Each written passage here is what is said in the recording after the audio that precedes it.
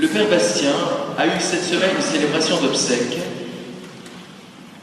et il nous racontait que pendant qu'il prêchait, pendant qu'il évoquait dans son homélie la résurrection de Jésus, des personnes au milieu de l'assemblée ont ricané de manière assez visible et assez sonore pour qu'il s'arrête un peu surpris, pas étonné, mais surpris qu'au cœur même d'une célébration d'obsèques, où nous vivons comme chrétiens le passage de la mort du Christ à sa résurrection, des personnes le refusent, ou du moins s'en moquent.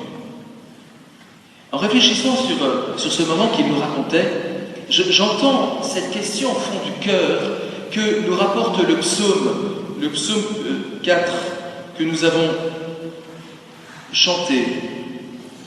Il dit ceci: beaucoup demandent, ces personnes, beaucoup demandent, qui nous fera voir le bonheur?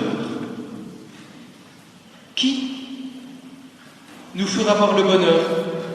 Et le psaume continue, et c'est le croyant qui répond: sur nous, Seigneur, que s'illumine ton visage. Voir le ressuscité, c'est une grâce, c'est la foi qui s'ouvre et s'éclaire.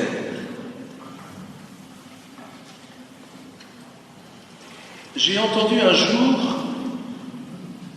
je poursuis dans les témoignages, une maman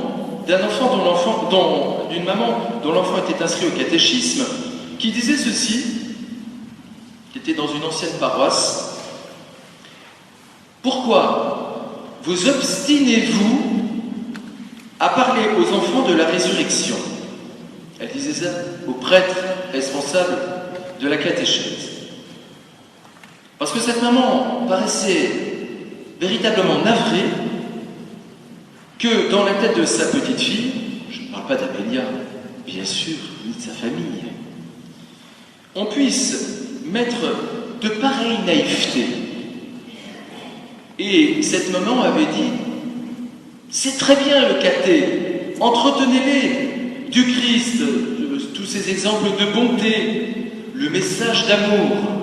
Jésus, bien sûr, ce n'est qu'un message d'amour. Et elle disait même 1000 fois d'accord avec tout ça. Mais au nom du ciel, parce qu'elle se référait au ciel, de ces histoires fabuleuses de revenants et d'apparitions, s'il vous plaît, épargnez les enfants. Frères et sœurs bien-aimés, savez-vous que cette dame n'est pas une exception? Elle rejoint un nombre très important de gens de notre génération. Je ne vous en dirai pas le pourcentage parce que je ne le connais pas, mais ici ou là, nous l'entendons au cœur de célébration également, comme je vous disais. Des personnes qui ne reconnaissent pas la résurrection du Christ. Et il est peut-être plus encore vraisemblable que des chrétiens plus nombreux encore, peut-être que nous en sommes, s'ils croient à la résurrection de Jésus, ont en tout cas bien du mal à en rendre compte, à eux-mêmes, aux autres. Et voilà pourquoi on préfère ne pas trop y penser et encore moins en parler. De grâce, cesser de revenir sur ces histoires de revenants et d'apparitions. Et bien que le temps pascal 2018, la fête de Pâques et les dimanches de Pâques, nous permettent de repenser à la résurrection du Christ, de plonger dans son mystère. Et j'aimerais donc prendre le temps, ensemble, ce matin. Et pour regrouper nos réflexions, je retiens seulement deux mots, pour qu'ils soient plus faciles à retenir. Réel et mystérieux. Parce que, après sa mort, Jésus s'est rendu présent de façon absolument réelle, mais absolument mystérieuse. Cela était vrai pour les apôtres autrefois, ceci est vrai pour nous aujourd'hui. C'est une présence réelle, et mystérieuse. Et c'est ce que je disais au début de notre célébration à Amélia, parce que le corps de Jésus est bien réel, et dans le signe de l'Eucharistie, bien mystérieux encore pour nous. Les apôtres ont su, après la mort de Jésus, qu'il était vivant, parce qu'il s'est manifesté à eux de manière privilégiée. C'est cela qu'on appelle les apparitions, et nous avons entendu dans l'évangile de ce jour, chez saint Luc, le récit de l'apparition. Et tous les récits d'apparition dans les évangiles disent ces deux aspects. La réalité, nous en sommes sûrs, parce qu'ils nous l'ont transmis. Et ils n'en reviennent pas, ils sont bouleversés, ils ne veulent même pas y croire. Et pourtant c'est bien réel, réalité et mystère. Oui, la présence de Jésus est bien réelle. Rejetons toutes les images qui apparentent cette résurrection à du symbole, à de l'évocation lointaine. C'est comme si, à de l'analogie. Il est vrai, il est vraiment ressuscité. Avons-nous dit dans la nuit de Pâques, et nous ne cessons de nous le répéter et de le dire au monde. Regarde-moi, dit Jésus, je ne suis pas un esprit. Un esprit n'a pas de chair ni d'os. Nous l'avons entendu. Jésus le dit. Or, la parole ne peut pas nous tromper. Regarde mes plaies, dit-il à Thomas, c'est bien moi. Et il dit dans l'évangile, chez saint Luc, mais nous le trouvons ailleurs, touchez, regardez. Il en appelle au sens, pour que la foi accueille cette réalité de sa résurrection. Avez-vous du poisson? Du poisson grillé. À savoir même, le Seigneur devait peut-être avoir quelques préférences pour le poisson grillé. Mais là, ensuite, la résurrection est bien mystérieuse. Marie-Madeleine se bute à ce mystère. Elle le prend pour le jardinier. Les disciples d'Emmaüs ont bien marché à côté de lui, mais n'ont pas pu le reconnaître. Et au moment où ils le reconnaissent, dans la fraction du pain, il leur échappe. Les apôtres même sont saisis de stupeur et le prennent pour un fantôme. Il est le même et il est tout autre en même temps. Non, Jésus n'est pas un revenant.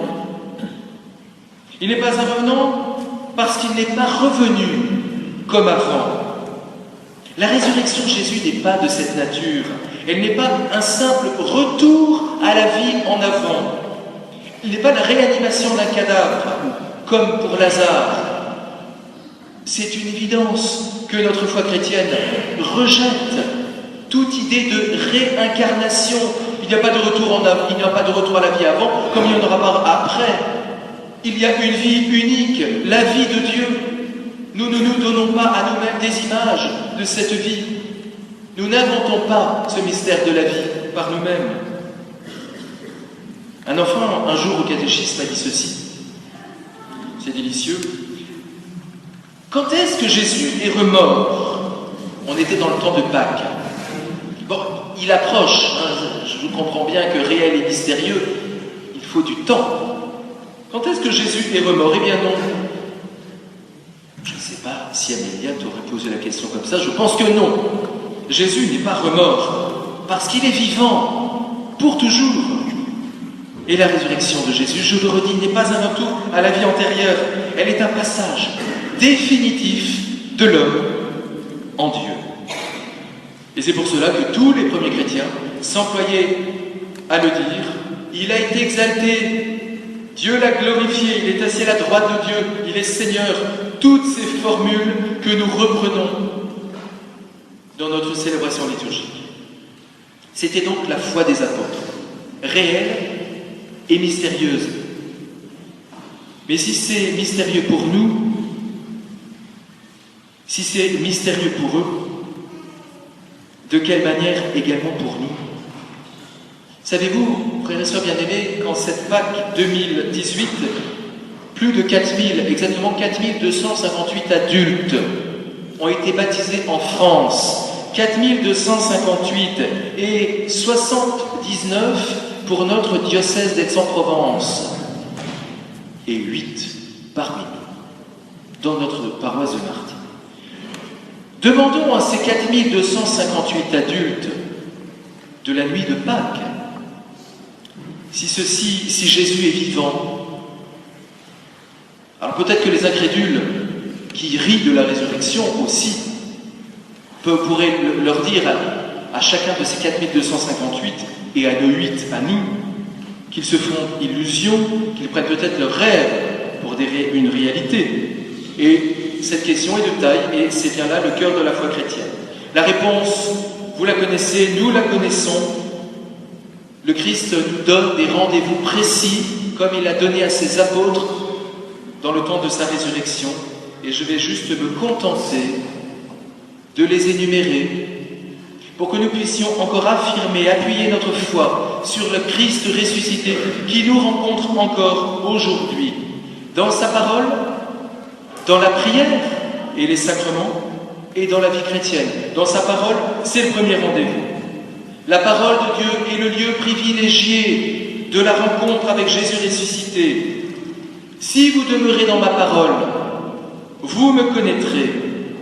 La parole, la Bible, l'Évangile, une revue religieuse, un livre de spiritualité, les homélies du dimanche, que sais-je, une émission qui porte la parole. Prenons-nous le temps, une application sur nos smartphones, prenons-nous le temps de nous exposer à la présence du ressuscité dans sa parole, lieu privilégié de la rencontre. La rencontre avec le Christ, je le disais, se vit dans la prière, parce qu'on ne se contente pas de parler à ce monde ou entre nous du Christ, mais on parle au Christ.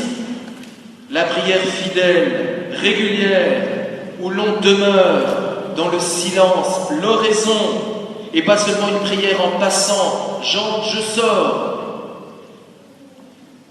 Cette union étroite se réalise également dans les sacrements et de manière plus privilégiée encore dans l'Eucharistie. Amélia, au milieu de nous, ce matin, va s'approcher de l'Eucharistie du Seigneur, la messe. Et nous pouvons le dire également, cette rencontre se vit dans tous les sacrements. Oui, la prière, les sacrements, c'est bien le lieu où l'on puise à la source de cette vie de Jésus. Et pas besoin, je le dis en dernier point, pas besoin de quitter notre vie quotidienne pour le rencontrer, le ressusciter. L'Évangile nous apprend que Jésus, désormais, se rencontre à fleur de visage dans le temple immense et tragique parfois de l'humanité. Il leur montra ses mains et ses pieds blessés. Ce que vous avez fait au plus petit d'entre les miens, c'est à moi que vous l'avez fait, leur dit le Seigneur. Et Saint Jean nous le dit dans la deuxième lecture. On ne peut pas dire « je connais Jésus » si l'on n'aime pas, si l'on n'agit pas, si l'on ne s'engage pas. Voilà, frères et sœurs bien-aimés, Jésus apparaît à ses apôtres, il est vraiment ressuscité, et il apparaît aujourd'hui à notre monde, à chacun de nous également. Ce n'est donc pas une histoire de revenant. Cette présence est bien réelle et mystérieuse. Je voudrais terminer par un petit trait d'humour. Je tire cela du livre de Mado Morin, peut-être que vous connaissez. À la fin de son livre, où elle proclame sa foi, elle dit ceci: « Ne me dites pas, Seigneur, que vous n'existez pas, parce que je ne vous croirai pas. » Qu'il en soit ainsi pour chacun d'entre nous.